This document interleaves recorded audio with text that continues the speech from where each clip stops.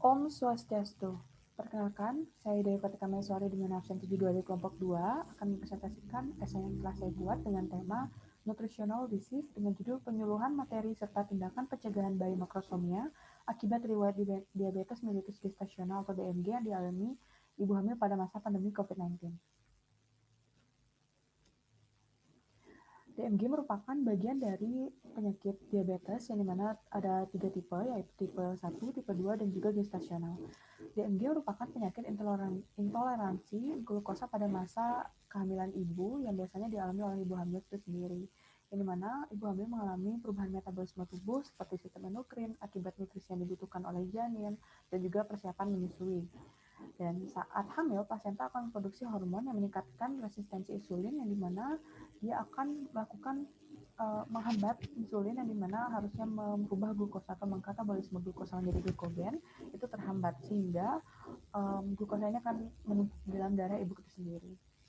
Nah, akibat dari DMG ini memiliki dampak pada kondisi kesehatan ibu yang berisiko sangat tinggi, yakni pada masa kehamilannya seperti eklamsia, beda sesar, dan juga bisa komplikasi lainnya seperti kardiovaskuler hingga kematian ibu. Nah, urgensi prevalensi di kondisi DMG di dunia itu menurut WHO atau World Health Organization tahun 2016 sekitar 3-5% dari seluruh dunia. Mungkin seperti angka yang kecil, namun jika dibandingkan dengan rasio penduduk di seluruh dunia, angka ini merupakan angka yang sangat tinggi. Di mana ada juga contohnya seperti Amerika Serikat sekitar 4%, Eropa 2-6%, Inggris 3-5%, dan Indonesia sebesar 1,9-3,6%.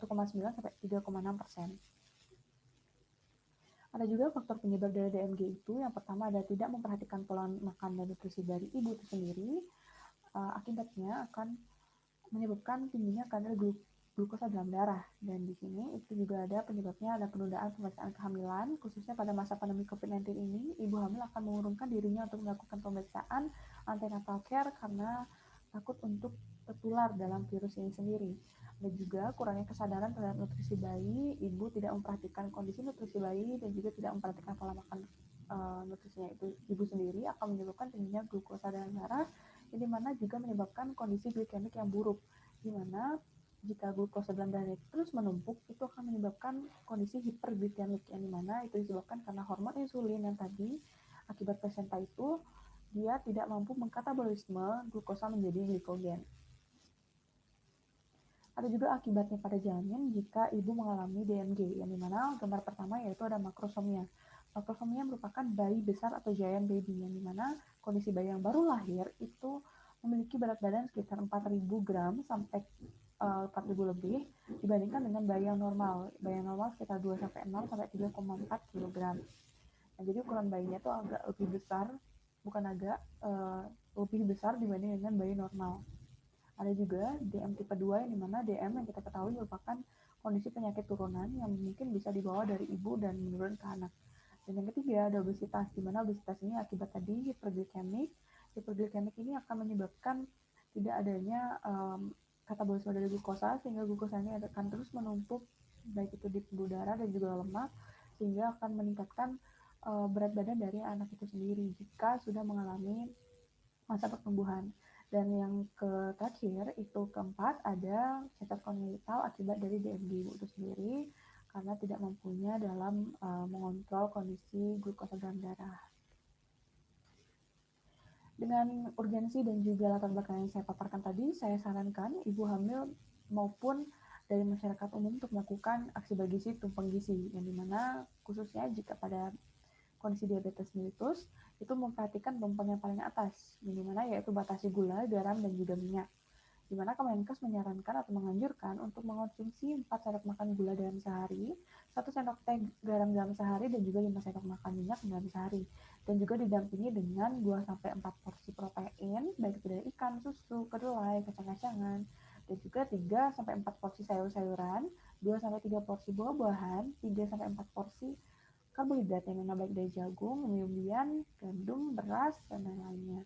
Dan itu juga dipenuhi dengan pemenuhan mineral dari minum air putih 8 gelas sehari dan melakukan pola hidup sehat yang ada di bawah ini.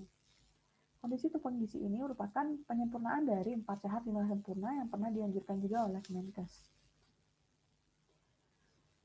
Selanjutnya, saya menyarankan ibu hamil untuk melakukan rutin antenatal care atau pemeriksaan kehamilan pada masa pandemi COVID-19. Tidak perlu takut pada virus COVID-19. Ada inovasi yang saya buat untuk antenatal care ini, yaitu dengan pembuatan antenatal care online atau secara daring. Nah, jadi ibu hamil dapat memeriksa kehamilannya secara daring lewat rumah masing-masing, di rumah masing-masing. Dan juga, jika memang tidak memungkinkan adanya inovasi secara daring, kita bisa berinovasi dengan membuatkan jadwal khusus per hari itu tidak diperbolehkan lebih dari beberapa orang seperti itu, mengikuti protokol kesehatan yang telah dibuat oleh Dinas Kesehatan. Dengan pemeriksaan prenatal care ini, ibu dapat mendeteksi dampak apa saja yang terjadi pada janin ibu, kondisi nutrisi, lalu kondisi dari janin ibu apakah sudah sesuai dengan indeks glikemik yang normal.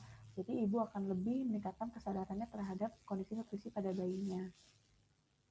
Nah, dengan penyuluhan saya tadi, saya mengharapkan ibu hamil dapat mendapatkan informasi yang lebih optimal, valid, baik dari masyarakat, dari penyuluhan saya tadi, maupun pemerintah, khususnya Dinas Kesehatan masing-masing provinsi di Indonesia, baik itu melalui sosialisasi atau penyuluhan mengenai tindakan preventif kasus DMD ini.